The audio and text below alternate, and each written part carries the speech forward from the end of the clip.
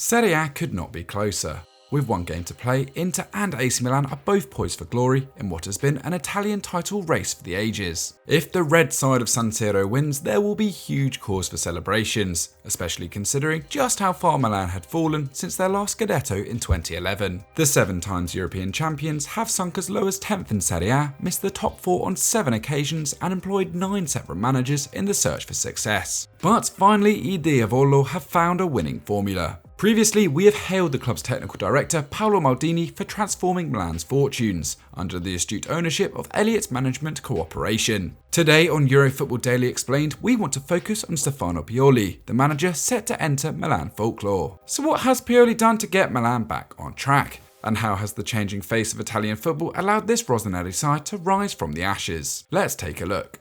Stefano Pioli was only meant to be a short-term fix when he was hired back in October 2019. The Italian had just resigned at Fiorentina, ending his 13th job in 17 trophyless years in management. Milan, meanwhile, were in turmoil, having fired Marco Giampaolo after 4 losses from 7 games in charge. The club were 13th, and Pioli was given a contract until the end of the season to turn things around. By mid-January, Pioli had lifted them to 8th and settled on a 4-2-3-1 formation. This was inspired by the addition of Zlatan Ibrahimovic in the winter window, who completed the puzzle as the focal point of Pioli's attack. Many had written off the veteran Swede, aged 38 on arrival, but how wrong his critics would be. Zlatan ended the campaign with 10 goals from 18 appearances in Serie A. His winning mentality proved infectious upon the Rossineri's young squad, with Milan picking up 2.1 points per game with the veteran compared to 1.4 points before him. Rafael Leao, a summer signing from Lille, began to find a home on the left flank, along with Ante Rebic, who would go on to score 11 and assist 3.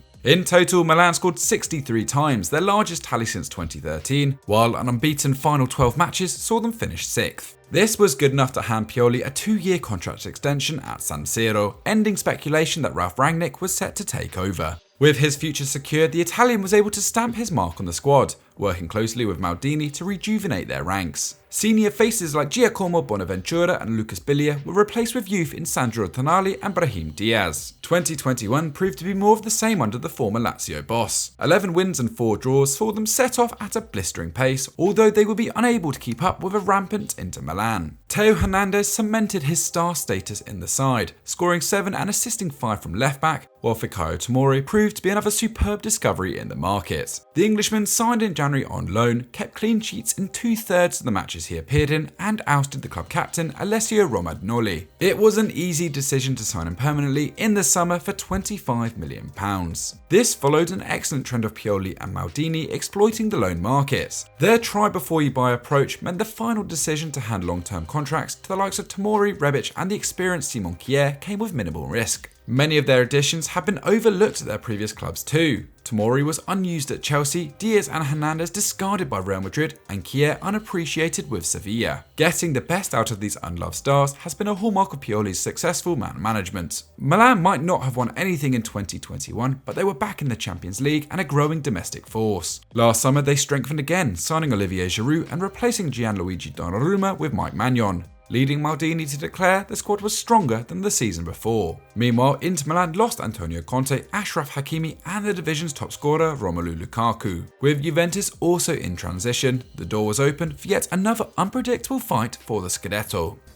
Going into this season's winter break, Milan stood 4 points off rivals Inter at the top of Serie A, having just been beaten 1-0 by Napoli at San Siro. This sandwiched them into a title race where any one of these 3 teams looked like worthy winners, and truth be told, Milan looked least likely to do so. Under Simone Inzaghi, Inter had defied expectations to steamroll most of Italy, winning 7 in a row heading into the new year. Elsewhere, Napoli were dreaming once more, with Luciano Spalletti creating a well-oiled system that got the best out of Andre Zambo Anguissa, Fabian and Victor Osimhen. Had the Nigerian forward not fractured his cheekbone in mid-November, causing him to miss 8 games in a row, the Little Donkeys may have had one hand on the Scudetto. It's in January though where Milan started to prove their title credentials, with 2 of their 3 first-choice midfielders in Ismail Benacer and Franck Kessié travelling to the AFCON. they could have crumbled. Pioli announced it was a shame to lose the pair, but affirmed the important thing was to have organisation and clear ideas. He brought in the experienced Bosnian midfielder Rade Krunic to play alongside Tonali in midfield, and the balance to the side was sustained. Throughout January, the 18-time Italian champions beat Roma, Venezia and drew 0-0 against Juventus, with a freak loss to Spezia, the most they suffered without their absent stars. When Kessié and Benacer returned on the 5th of February, they were beat into 2-1 to send them within a point of Inzaghi's side.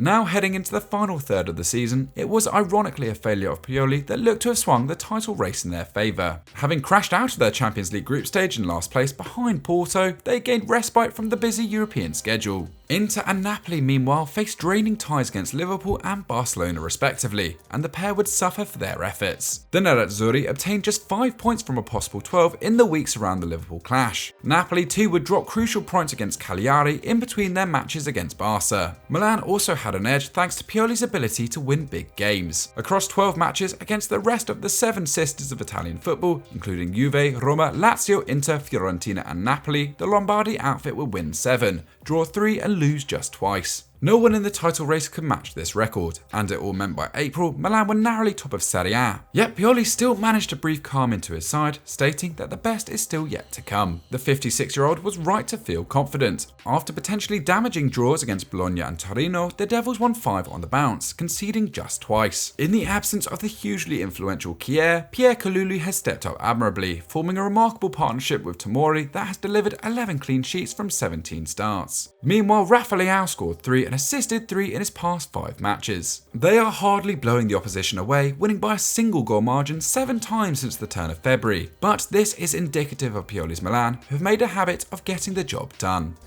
Something else that sets Milan apart from their rivals is their youthfulness. The average age of their players this season is 25.8, the 4th youngest in Serie A and 3 years less than Inter. It's also only half a year older than what it was 5 seasons ago, attesting to how well Maldini has refreshed the squad on a continuous basis. But it's not just in Lombardy where teams are starting to champion youth. In the 2016-17 season, the oldest team was Chievo Verona with an average age of 30.8. However, this season, no one peaks above 29. The old stereotype that Serie A is the retirement home of Europe is long gone. In research collected in 2021 by Breaking the Lines, it was found that Spain, not Italy, had become the home of Europe's oldest players over the previous 4 years. This season's data backs that up, as 5 Spanish sides have an average age of above 28, and only Barcelona, Real Sociedad and Valencia have an average age below 26. In the Premier League, Arsenal, Brentford, Norwich, Southampton, Leeds, Aston Villa and Brighton all have average ages below 26.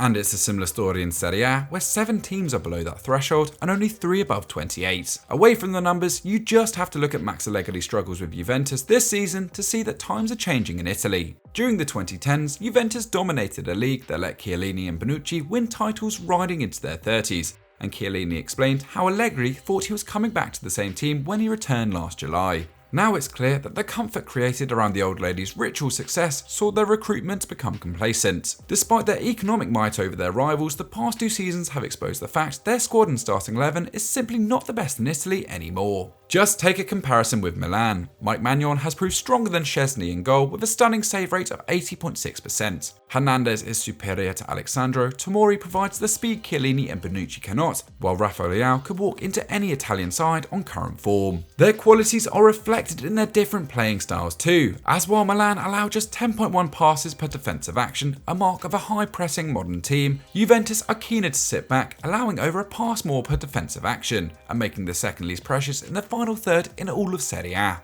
Milan and Napoli meanwhile sit top for that metric, and with sides like Fiorentina, Sassuolo and Torino all hiring coaches who are daring to try something new and dominate possession, Serie A has pulled itself out of the doldrums of defensive football played by Europe's oldest players. Milan's young stars have come of age this season, but so has their manager Stefano Pioli. "I grew up as a man and as a coach," he said ahead of their final match against Sassuolo. "At Milan, I felt in the right place and in the right moments. The title may still elude them, but the Rossoneri's moment is now. They're back where they belong and they have Pioli to thank for it." So that was our look at how Stefano Pioli has turned AC Milan around. Can they win the title? Let us know down below. This was written by me, Henry Hill, and by Euro Expert, so follow him on Twitter if you haven't already. It was also edited by Danny, so give him a thumbs up if you enjoyed this video too. Subscribe to the channel, hit the notification bell, and we'll see you next time.